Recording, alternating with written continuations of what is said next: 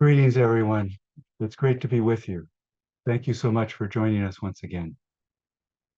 Our presentation today is entitled The Clothing of Impressions 2.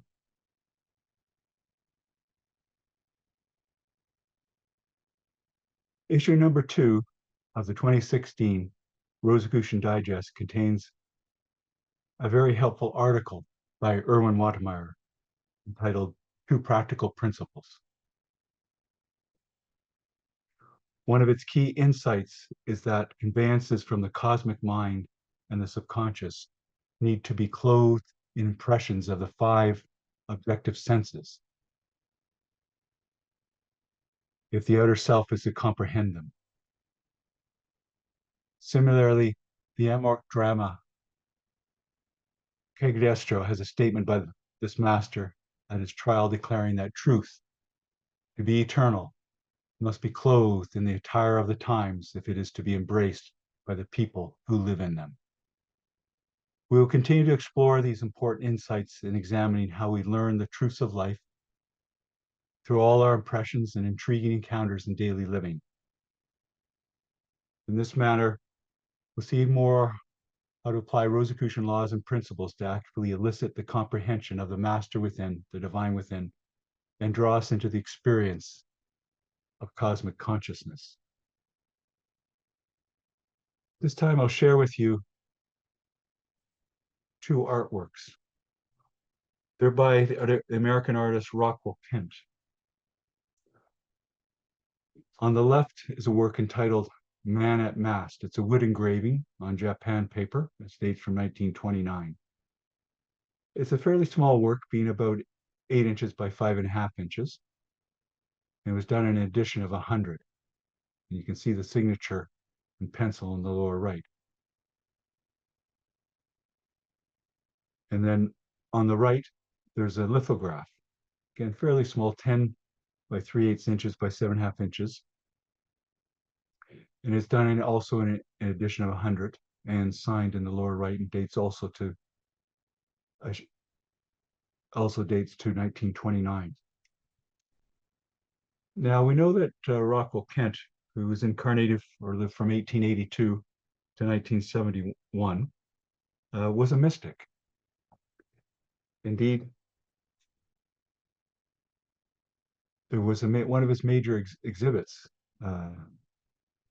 after he passed through transition was entitled Rockwell Kent, The Mystic and the Modern, and it was held in 2005 at the Portland Museum of Art in Portland, Maine. Also related to being a mystic, he was a transcendentalist in the spirit of the New England transcendentalists, and he was familiar with the works of Thoreau and Emerson. You'll see in these works persons looking up, which will be very suitable for what we're about to do in the mystical exercise, the ascent to the heights of the celestial sanctum that we'll enact. You notice on the left, you can see the starry heavens, and the lit figure, particularly on the face, is quite prominent, looking up the vertical mass like a cosmic axis, taking in the wonder and great harmony of the universe. But doing it out on the waters and seeing the horizon all around. These expansive view can suggest and clothe to us a deeper inner impressions that we may have had in meditation. We have in the way the world to help clothe our impressions of a deeper spiritual nature. Similarly, the figure on the right, the woman's hands clasped, gazing upward, the celestial suggestion of the heavens or the infinite plane above. Indeed, it's all around and in us, as we know as mystics. But in outer impressions, this can also help clothe the experience so we can actually get a further realization. Because as Erwin Watermeyer stressed in his article, it's important for us to be able to clothe our impressions in the five physical senses, either sights and sounds or smells and so forth, so that we can then identify with the higher rates of vibration that are coming from deep within us. And the pineal gland in our brain helps dampen down those vibrations as part of this process that we'll discuss. The works are very simple with the whites and the black in particular, and very intense use of light You see on the mast here, on the figure's face, the dots for the stars. It's all very effective and intensification of view. In this spirit, and having been uplifted by these works by the mystic and transcendentalist Rockwell Kent, I invite you now to take these into our meditation period. We'll have a prayer and invocation before we ascend. We'll also, in a way, travel upward, and we'll follow the cosmic axis, which will then also match the axis of the spine of the human being. You see, all these things that are in the world are way our signatures or lessons for us to learn from. They reflected the great handiwork of the divine with all these lessons, clues, and signals. We're about have the eyes to see and the ears to hear, to draw them forward. So I invite you to close your eyes now, being inspired by these works by this American master and mystic. And just enjoy the gentle rhythm of the breath. We can use the brilliance of the holy temple of the body.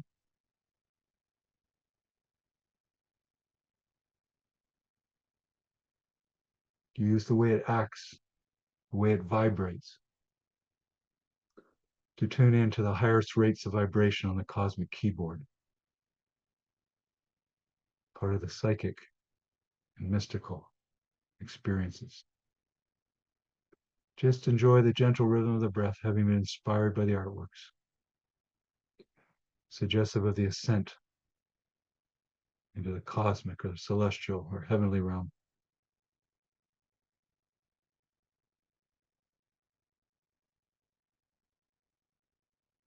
Let's use all the clothing of these images to tune more deeply within ourselves.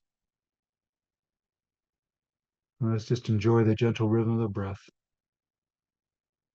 matching and paralleling all the rates of vibration of the cosmic keyboard, all the vibrations in the universe. We live in a great sea of vibrations, both within us as a microcosm, but without us as a macrocosm corresponding to the microcosm. I invite you to breathe a little deeper than usual.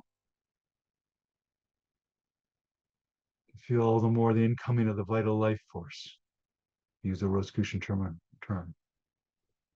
That vital energy, particularly its positive polarity, the cosmic essence. And I invite you to extend your exhalation a little longer than the inhalation. And that'll hasten and intensify the relaxation response. An immediate calming effect that automatically happens with each extension of the exhalation. Breathing out a little longer. This is one of the valuable techniques that we can use to have a degree of calmness in our life. And let us spiritualize this act to feel the deep calmness,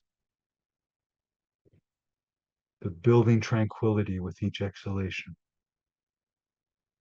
the cumulative effect of increasing imperturbability.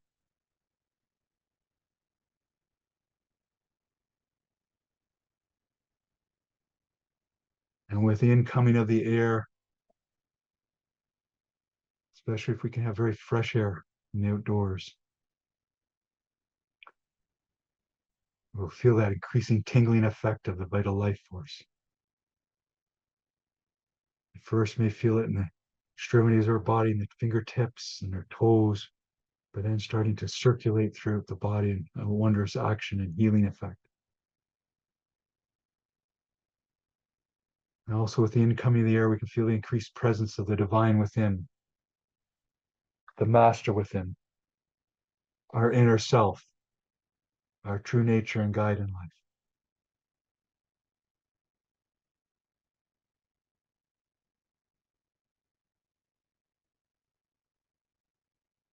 Just continue to apply the law of cosmic attunement and the law of silence.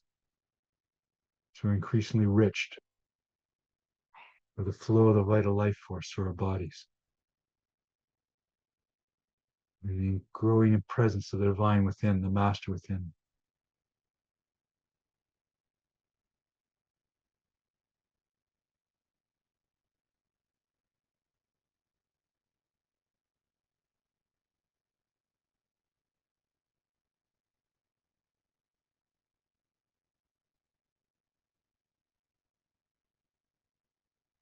Through this breathing exercise, we're applying many Rosicrucian laws and principles, including the law of purification, as we prepare to make our ascent.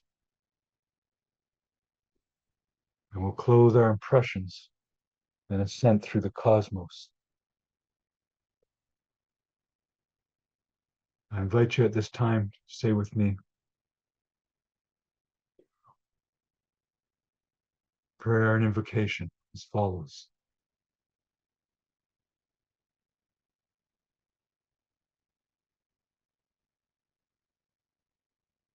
May the divine essence of the cosmic infuse my being and cleanse me of all impurities of mind and body, that I may enter the celestial sanctum and attune in pureness and in worthiness. So mote it be. Now I invite you now to join me in rising up from wherever you're dwelling, your home, your office, whatever building you're in, and use all your inner psychic faculties and imaginative capacity to rise up over your neighborhood, now over your town or city or local geographic area, and enjoy the exhilaration of the ascent. Use all your inner spiritual force, give it all you've got. We continue up higher and higher over your province or state, and now even over your great nation or country, and see the landforms and the water forms down below, the rivers, the lake shores, the seashores, the deserts, the islands, the farmers' fields, the mountains, the hills, whatever is applicable to your state and area. Let us, in great nation, and see the weather systems. We continue to rise up higher and higher over the continent where you dwell, and now even the hemisphere. And let us take in the beautiful blue jewel of the earth, the oblate spheroid, rotating about its axis with a beautiful white satellite, the moon, revolving about it. As we look up and we see the wondrous elliptical orbits of the planets of our solar system, as we speed past the great fiery ball of the sun, further out into space, the various stellar phenomena like quasars and pulsars, nebulae and black holes helping balance the universe, in the interstellar webs connecting the stars in a great system and order. Let us go faster and faster, rising higher and higher, enjoying the exhilaration of the ascent, using great inner spiritual strength from the divine within to rise higher and higher into this great sea of vibrations, which is the macrocosm, mirroring the microcosm that we are. Past myriad stars and nebula, planets, asteroids, and sense the great arm of the Milky Way, our local home, our local galaxy. And let us pass right out of that galaxy and look back at its great spiraling arms, rotating like the Earth does, about an axis, just like our lives rotate about the axis of our spine. And let us continue higher and higher past myriad stars. Enjoy the exhilaration of the ascent way beyond the speed of light as we transcend space-time. And see other galaxies in various shapes and forms, some spiraling and other configurations. Even collections of galaxies, clusters of galaxies. We continue higher and higher, faster and faster. Applying the law of cosmic attunement, but also the law of correspondence, for as we make this great ascent upward, we have a corresponding descent inward, the increasing presence of the divine within. Just enjoy the exhilaration of the ascent, the great harmony of the spheres, the celestial music, which art, through artists, mirrors itself on. clothes the impressions of in artworks and other activities of humans. Just enjoy the ascent. It's our birthright. The deep experience is truly who we are. Seeing things more and more from this vast perspective, this deepening, maturing perspective of the cosmos. What Rosicrucians refer to as the cosmic, the universal intelligence back of the cosmos and all natural and spiritual laws that we study in our weekly lessons of the Rosicrucians. And let us continue to ascend faster and faster upward. And now sense the large-scale structure of the universe itself, rotating about a great cosmic axis, just like our lives rotate about our spine's axis. See and feel the stupendous action of the universe and the great rotation. In awe of this action and its beauty. Increasingly sense as we speed upward the presence of the cosmic axis out of which this great rotation takes place. And let us zoom towards at great rapidity, way beyond the speed of light, the midpoint of that cosmic axis. And when we come to it, let us slow up and dwell there in profound peace and in stillness. And following the instructions of the booklet Liber 777 that'll give you resources on later.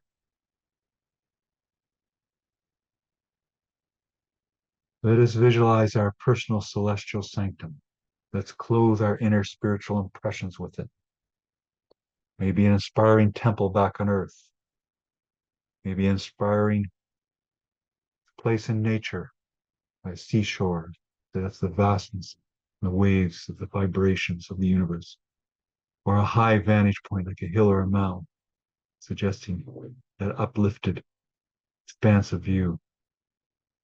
Or you may wish to take in the cosmos about you as the temple of the divine. Fill in the sights and sounds and inner psychic and mystical impressions, the intense emotional enrichment of being at the heights of the celestial sanctum, visualizing your personal celestial sanctum. You may wish to picture the visible and invisible masters there. The Grand Lodge and Supreme Grand Lodge officers of the Rosicrucian Order AMORC may be conducting a convocation or special ritual there. Those who are with us on this conference call, indeed all seekers, the deeper truths in life. Feel in the beauty and the wonder, the sacredness and solemnity of your personal celestial sanctum. In a little while, I'll indicate when we can release that visualization and dwell in the deepening silence together.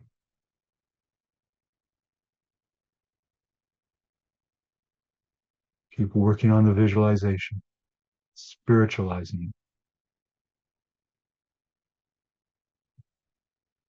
Feel the enrichment and ennoblement of being in your celestial sanctum.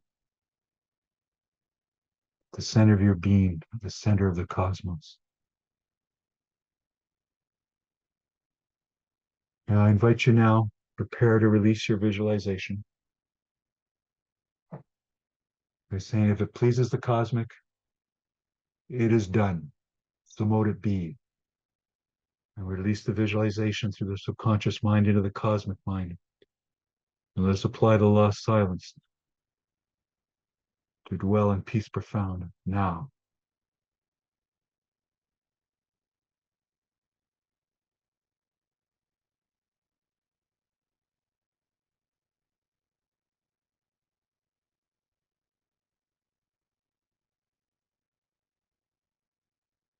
If you find your mind wandering, just lovingly and gently bring it back to the discipline of the breath,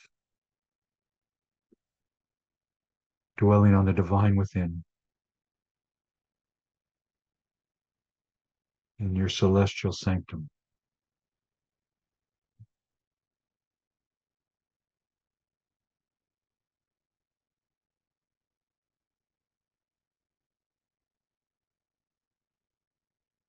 Just feel all there is to feel.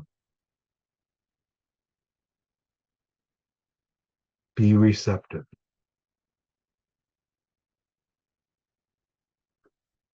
Surrender to the master within, the divine within.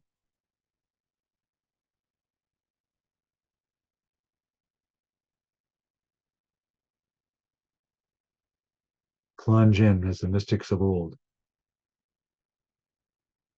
said, the abyss of love.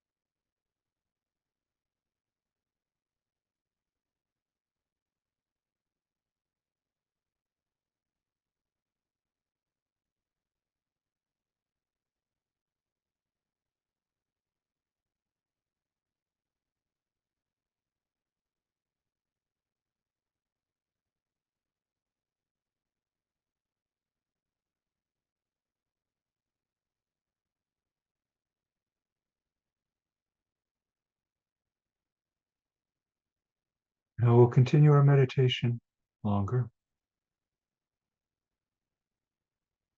I invite you to join me in undertaking another spiritual operation of the work and worship of the Rosicrucian Order AMORC. I invite us as a silent council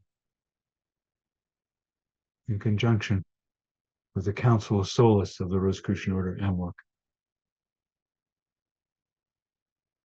to radiate love and well-being to all those who have petitioned the Grand Lodge of the Rosicrucian Order AMORC for guidance and healing, and to radiate love and well-being from the depths of our being through the assistance of the divine within to all those who have petitioned the affiliate bodies of our Grand Lodge for guidance and healing, and to radiate love and well-being to all those you know who are in need of guidance and healing. And you may wish to include yourself, but I assure you, through this act of service and the law of compensation, law of karma, you'll feel a wondrous tonic effect from sending of metaphysical aid, even without dwelling on oneself. And let us radiate love and well-being to all sentient beings throughout the cosmos who are in need of guidance and healing. Just let the love and well-being flow out from you like a great searchlight going out through the cosmos, reaching all those in need, all those who've petitioned.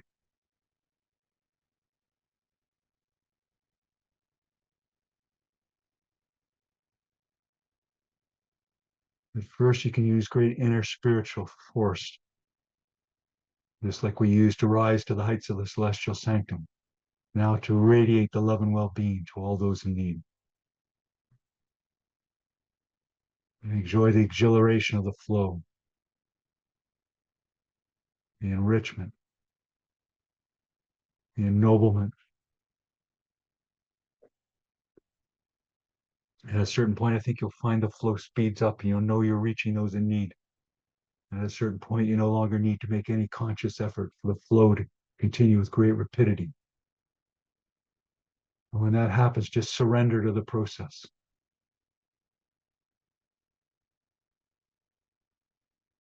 At one with the divine mind.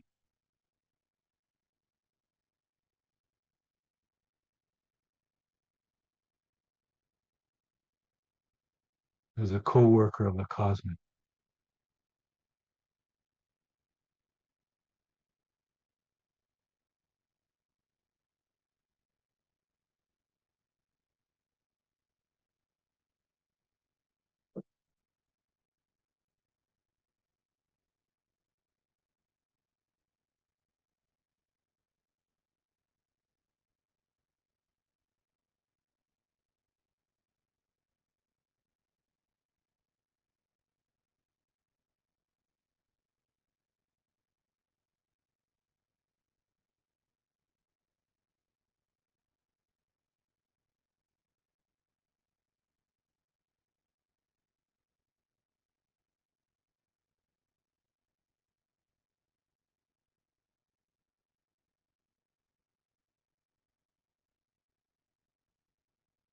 Soon we'll formally conclude our period of sending metaphysical aid, but we'll stay a while longer at the heights of the celestial sanctum.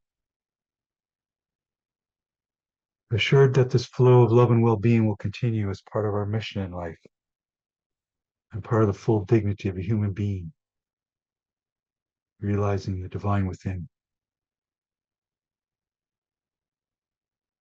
To formally conclude the period of the sending of metaphysical aid, one of the many ways that we're taught healing through the Rosicrucian order for ourselves and others. I invite you to say with me, if it pleases the cosmic, it is done. So mote it be. Now let us continue to attune with the cosmic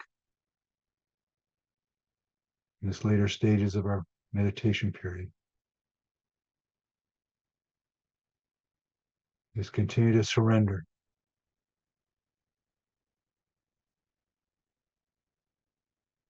to the abyss of love, the experience of the consciousness of the cosmic.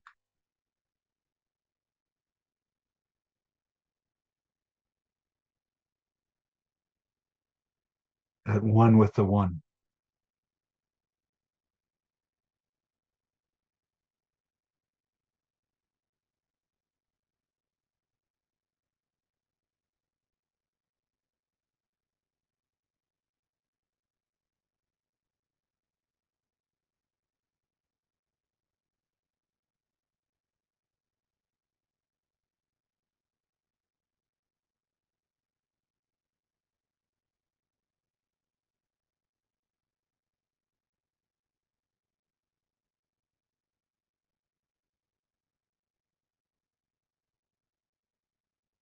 Soon we'll begin our descent from the heights of the celestial sanctum. This time you may wish to evoke the law of gratitude. Express our gratitude to thanks to all those who have loved us well, to all those who have taught us well, to all those sacrificed well on our behalf. In our own way, we'll do likewise to the law of service, to all those we come in contact with, and be receptive to their great lessons for us.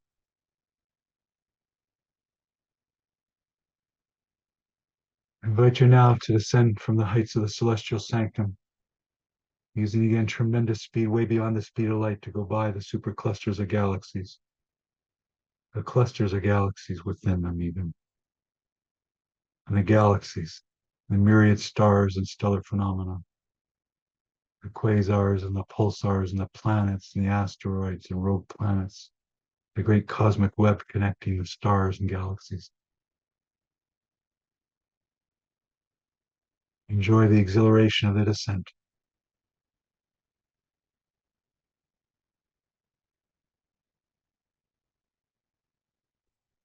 Taking with us our birthright in cosmic attunement. Always with us, just a matter of realizing increasingly.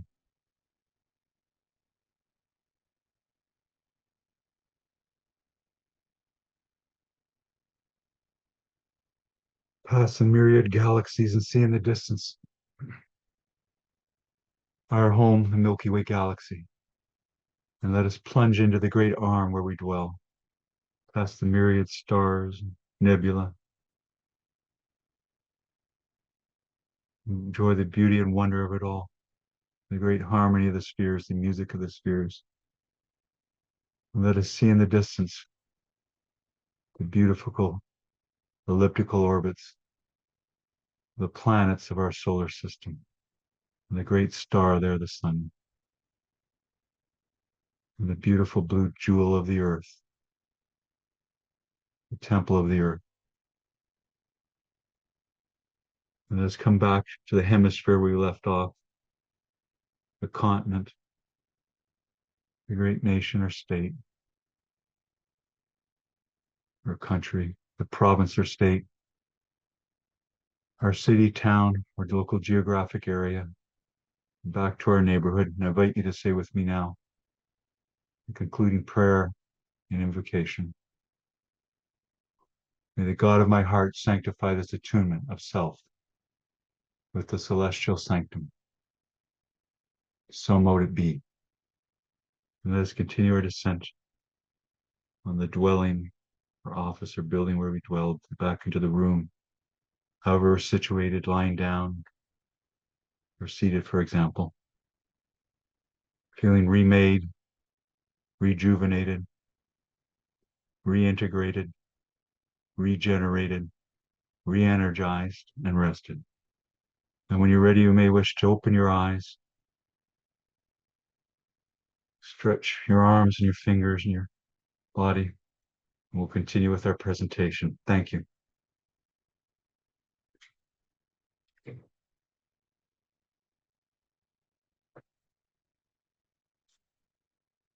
Now, continuing on this presentation on the clothing of impressions, too, that we've applied to the artworks before us and our appreciation of them, but also in our meditation period and sending a metaphysical aid. Let us think now of the temple of the body. Indeed, even the concept of the temple is one for clothing our impressions, because the temple is of our body, yes. It's also the human-made works of architecture, the sacred space, but also the earth is a temple, but also the entire cosmos is a temple. And that way we clothe our impressions to get these deeper inner insights and highly meaningful way of seeing the world that's interlocked, interconnected to such concepts as the temple. We know that the holy temple of the body reflects the state of our minds and our hearts. If we have certain pains or conditions, in a way, they're a manifestation, they're a clothing of those. The Rosicrucians have known for centuries, but increasingly so in science, that the gut and the digestive system can hold tension. They can also hold joy. And it behooves us to release that energy, whatever form it's taking, the joy or the tension. And often I think you may have experienced in meditation a great sense of enjoyment and well-being, or a relief that's being released from the holy temple of the body during meditation. Indeed, meditation makes us much more sensitive to the full of what is going on in our lives, in our body. In a way, our bodies are a reflection of what's going on in our life. And we get early warning signs of what to continue and what not to continue through these clothed impressions. Now, in our lives and through our mystical experiences associated with meditation, we'll often have some surprising experiences that are unique to us. I remember once, for example, very early on in my studies of the Rosicrucians, when I used to go out sometimes at night after an active day and just take time to contemplate and reflect and enjoy the beauty of nature and the surrounding architecture. I remember one occasion walking along on the paved road, and suddenly it appeared to me to be a cobblestone road or a cobblestone street. And my attire had changed as I looked down. It seemed befitting of a person of the 18th century, particularly in France. And the nature of my experience changed. I felt a great deal of inner strength, tremendous maturity, a tremendous sense of knowing. And I had an impression then of Louis Claude de Saint Martin. So sometimes, in a way, our inner self will reach out to the inner selves of the past, present, or future, because this transcends time. And our impressions will be enclosed for deep inner spiritual teachings that are being relayed to us through our monographs, the Rosicrucian Order, or sacred text. And then we have a touchstone experience of that nature we could always come back to that will uplift us. It'll be unique to each of us according to our needs and the culture we're raised in. I remember one of those other walks early on in my studies in the Rosicrucians in this incarnation. I was walking along a street near my home, and I could see quarter moon low in the western sky, and it was spectacularly beautiful. The sun had recently set, so it was glowing, and it had made a very deep spiritual impression on me of the riches and wonder and beauty that's within us. And years later, I'd learned about the teachings of the mystic master Mani, who's known for the promotion of Manichaeanism, which is an intense and complex form of Gnosticism, or coming into your truth. And in Manichaeism, the moon is known as the ship of the moon. And it's shown in the diagram of the universe. And the great ship of the moon explained in the cosmogony and cosmology of that form of Gnosticism, that form of coming into the divine knowledge. And one thing that's important too is us as mystics that we can have deep impressions of various spiritual traditions of the world. And we have it more from a deeper viewpoint. There may be certain aspects we don't agree with all the ways it was expressed, but we come into that deeper inner core of it. And that way, we're truly one with all mystics through the cosmic mind. And then all the maturity that they have comes to us as we become the living, radiant embodiment. Not the things in the distant past or distant future, but now living it out in eternity. This reminds me that very important in life and in Rosicrucian teachings and various art forms and other human practices, the concept of the symbol, which etymology means to bring together. We have various beautiful symbols such in the Rosicrucian tradition, such as the rose cross, or indeed the rose, or what's referred to as the vault of CRC. The rose is that inner unfolding of the soul personality, the maturing and growing, this deeply meaningful process, this perfect way in life to go through if we but surrender the divine within, our true nature. All the trials and tests and tribulations are all part of that transmuting experience of the unfolding petals of the rose. And when the rose is on the cross, it's symbolizing there that there's a meeting of two polarities, from the finite plane, the infinite plane, the material and the immaterial, that manifestation of ourselves, the unfolding rose, the human being learning how to be one with the one in mystical union.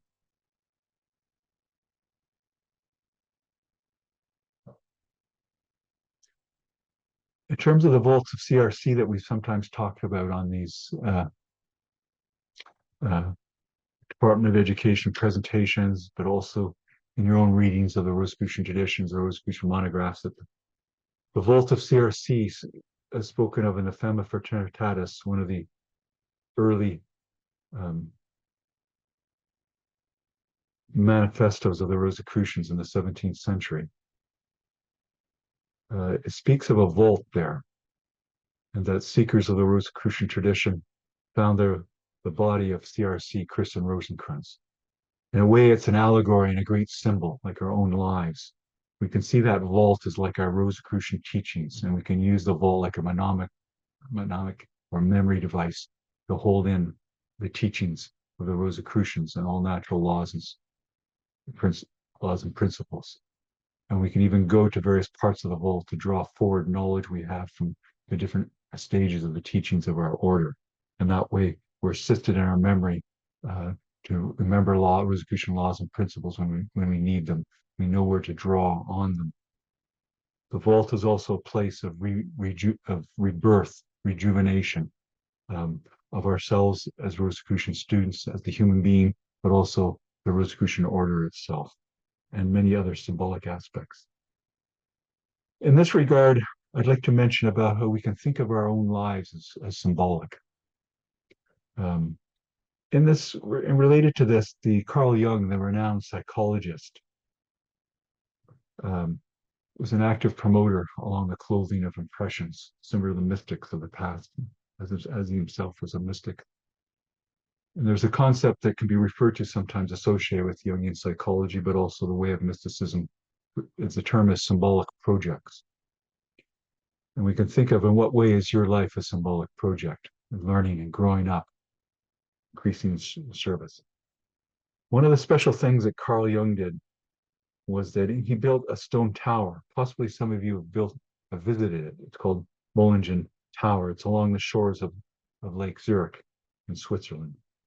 And he actually built a physical tower using masonry. And he made the different parts of it, the 2 stories, the different rooms, were parts of different developments in his life that he was concretizing the inner emotional states, the inner growth that he was undergoing by different rooms, and he guided it. And it allowed his outer mind to more understand what was going on within him.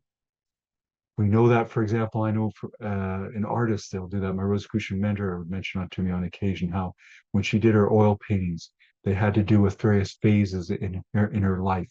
You know, the symbolism of the sky, the sunset, the sunrise, or the various features and symbols that are affecting the painting were things that she was going through in her life. But doing the painting of the artwork, just like the ones we see before, can help make it more real, make it more vital, including why in our Rosicrucian studies we're encouraged to have a journal of our experiences and insights to help. The writing act helps concretize and make more real the outer mind. At the same time, the various experiences we have in our life, like Carl Jung, even going to the extent of making a tower out of stone to symbolize the various stages of development and growth in his life. To try to bring this out to you even more, I invite you to think of some activity that is very important to you. One maybe throughout your life that you do. It may be the chef or cooking or culinary arts. It may be in sewing. It may be in drawing. It may be in mathematics or statistics, biology, chemistry, and engineering. It may be in how architecture, or how you do interior design, or how you interact with people in friendships or social events. You can think of that as a symbolic project. You can use that to guide and learn. I'll give an example from something that's very important in my life. I know that many of you have been very active in sports and competing in sports, including, for example, track and field. A sport that's been very important to me since childhood has been that of the track and field activity of javelin throwing, which is depicted here. Here I'm running. It's the throwing event where you applying the traditional Rosicrucian Sir Isaac Newton's laws of motion. One wants to run with the javelin to give it increased speed when it's launched, and hence it will fly farther. In this sense, I wanted to show you some actions of javelin throwing that could be spiritualized and can form a certain symbol of what we do in interaction in our life. Here we have depicted before us from one of the well-known track and field books of the previous century, Ken Dorofield's track and field, pictured the great American thrower Bud Held from Stanford University in drawing. The action of javelin throwing in many sports is so fast, it's very helpful to have them in effect slowed up so we can see what's going on. You'll see here the javelin thrower in stage 1 has the javelin over his head because it wants to get it out of the way of his body to be able to run fast. As he reached the end line here, the javelin is brought down because you can't throw a javelin a long way if you're facing forward. You have to turn sideways. So this crossover step is done here. Some throwers will do 2 crossover steps, which is what I typically do. The javelin's been shortened. Typically, Bud Held will be throwing an 8-foot javelin, but just for illustration purposes, you'll see with the crossover step here, then there's the action of the throwing, which I'll outline further. The first view we saw was stage 1, getting up speed. Secondly, here, I bring back the javelin to throw it. It's blurred here, and it gives a sense of the intensity of motion and action, explosive action that's about to happen. Again, let's just think of this as spiritualizing some action we commonly do in our life. And that is associated with a crossover step here. And then the extremely explosive action needs to take place, and it needs to be done with great precision of accuracy because a javelin is extremely sensitive to any twist or action, and yet it needs to be released at high speed if it's going to fly a long way. In a way, you could see the action that we undertook when we did our meditation, the outline in a moment. And here you see the javelin's been released at 10. And one gets to see the fruits of one's effort. You'll see the javelin is in flight down the field here, coming in for a landing. In a way, when we did our meditation today, we ascended and prepared ourselves. We sped up, rising up into the cosmic, like speeding up to throw the javelin. And here, when we reached the heights of the celestial sanctum, we visualized with the action of throwing, and then we released it. We let go, like letting go of the spear of destiny, letting go of the action. And then we dwelt and observed and continued to let go and surrender. And ultimately, we made our descent from the celestial realm to the terrestrial realm, like the great, beautiful symbolism of the javelin throughout history, uniting the earth with the sky, uniting the finite and infinite plane. All these things can be part of the symbolic project of javelin throwing to allow the thrower, myself, to have a deeper impression of these Rosicrucian laws and principles. The flight of the javelin is very beautiful. It's a parabola, which is a conic section. It has the great beauty, like when we ascended the heights of celestial sanctum, we saw the elliptical orbits of the planets, which is also a conic section, all applying in their unique ways the laws of gravity from the traditional Rosicrucian for Isaac Newton. Also, depending on the cultural background that one comes from, whatever action one's undertaking, there's various ways to use it, to apply it, to have deeper understanding of various spiritual and emotional experiences that we're going through. Here, for example, we have the javelin thrower about to launch a spear.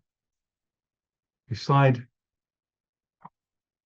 him is Jesu, the bodhisattva of the earth's door, or the bodhisattva of the earth womb, or the bodhisattva of the earth treasury, holding a staff, or often referred to as a spear, with the wish-fulfilling jewel at its top.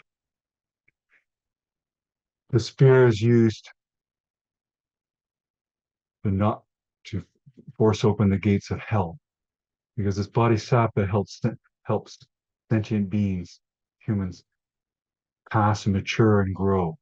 And it's through this spear action and the radiant compassion that is deep within us, symbolized and clothed by this sculpture of a bodhisattva.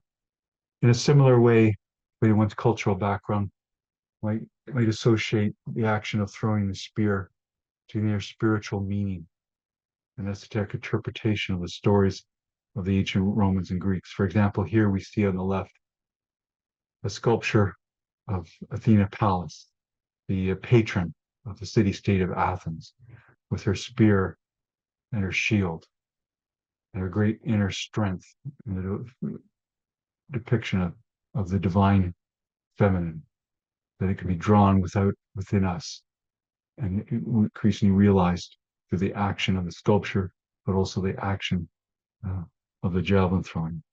Similarly, we may associate the act of the javelin throwing with some of the great artworks of antiquity and their deeper experience that they're conveying to us. For example, we see on the left the Doryphorus, which is the canon of Polyclitus, who is an exemplary sculpture, here in a Roman copy, but done originally in bronze by the celebrated Greek sculptor polyclitus. In the most recent issue of the Rosicrucian Digest on art, there's an article on polyclitus and its connection with the Pythagorean and mystical teachings. The sculpture was meant to be an exemplary of the balance, particularly through the various Pythagorean dualities that form up creation, both the action and stillness of the figure. This was a spear bearer. The original sculptures would have had a spear here. We see that deeper inner balance that is needed when to throw a javelin a long way, or to do any action with great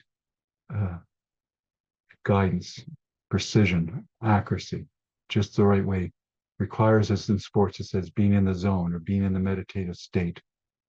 Often we associate meditation with being very still, and it has that, but it also is associated with tremendous actions within the body, and they can be exemplified in our actions in the world. Similarly, those interested in the traditions of ancient Britain and Europe, we see before us depicted Boudica, the queen of the Icena, and she's a renowned figure in ancient history. She inspired her peoples to rise up against the Roman oppressors in Britain. And here we see an inspired sculpture of her by Westminster Bridge along the Thames River in London as an inspiring figure to the British people and to us all. And you'll notice she has her spear with her. In this fashion, we can take everyday actions that we do, and we can see a deeper spiritual meaning of them by knowing the various laws and principles of life that are associated with those actions, but also how they're represented in the cultures that we're raised in. And the outer action we can use to concretize or make more real and vital, just like when we visualize our inner spiritual, emotional life. You know, in a way, as we do the action, it can help clarify for that outer part of our nature, so we can get the whole lesson throughout our whole being.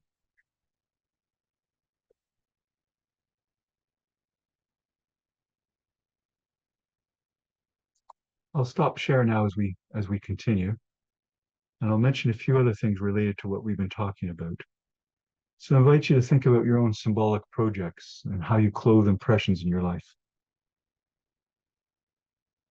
In this, I think of inspiring mystics of the past, such as Hildegard of Bingen or Leonardo da Vinci. The tremendous childlike wonder they had throughout their life to work on various things. They saw signs and signatures and applications of expressing their inner spiritual state, but also seeing how inner laws that were within them are expressed in nature for the great benefit of humanity. You know, we can use our relationships with other people in a good way, an enriching way to those experiences in our own life, in our friendships or in our loving relationships. It's quite befitting that mystics of, particularly many of the women mystics of the Middle Ages, use the amorous encounter, the romantic encounter, to be symbolized our finite nature being in contact with our infinite nature, our outer self with our inner self, that loving encounter and embrace and union in mysticism, the union of two lovers being indicative of the union of, and if we talk about in mysticism, the mystical marriage, the alchemical marriage, the mystical union, and make it more real and vital and lived and embodied.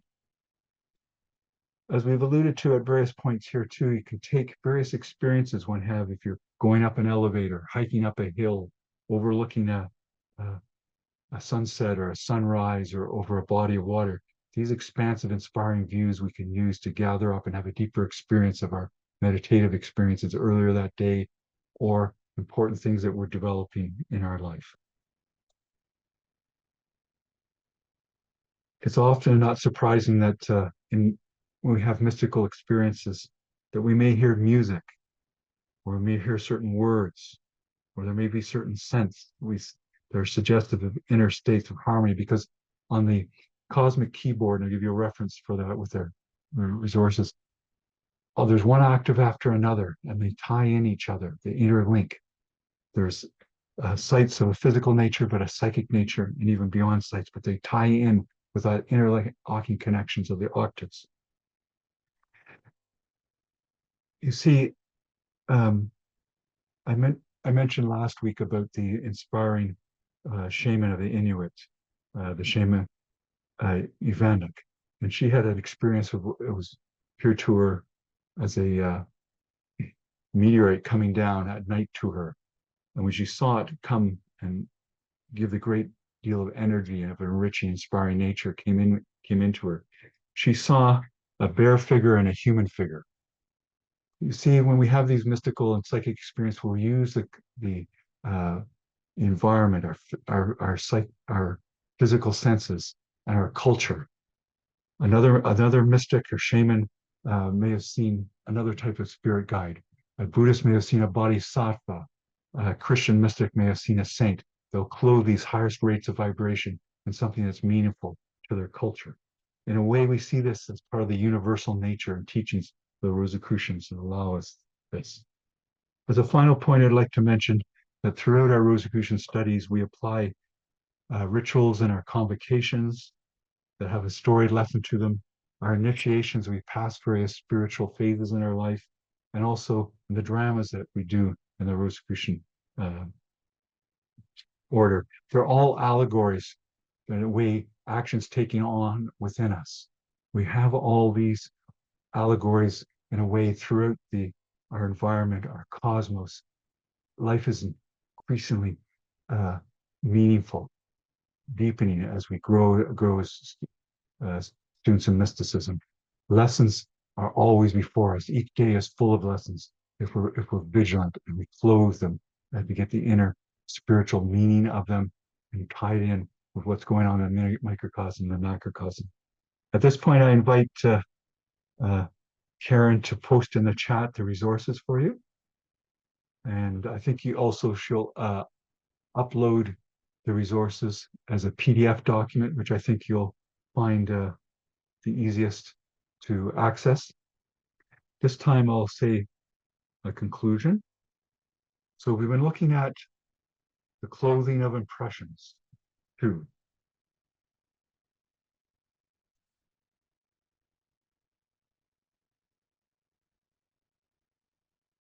As I mentioned earlier, there's issue number 2 of the Rosicrucian Digest in 2016 had a very helpful article by Erwin Watermeyer entitled 2 Practical Principles.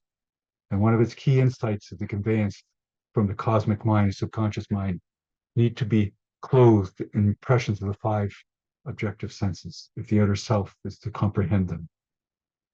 Similarly, the AMORC drama Cagliostro has a statement by this master at his trial declaring, truth to be eternal must be clothed in the attire of the times if it is to be embraced by the people who live in them. So we've been exploring these insights and we're drawing them out and examining them, how we use them, how we learn the truths of life through all our impressions, encounters in daily living. We can also apply these Rosicrucian laws and principles to actively elicit the comprehension of the master within and draw us into the experience of cosmic consciousness. Thank you, everyone.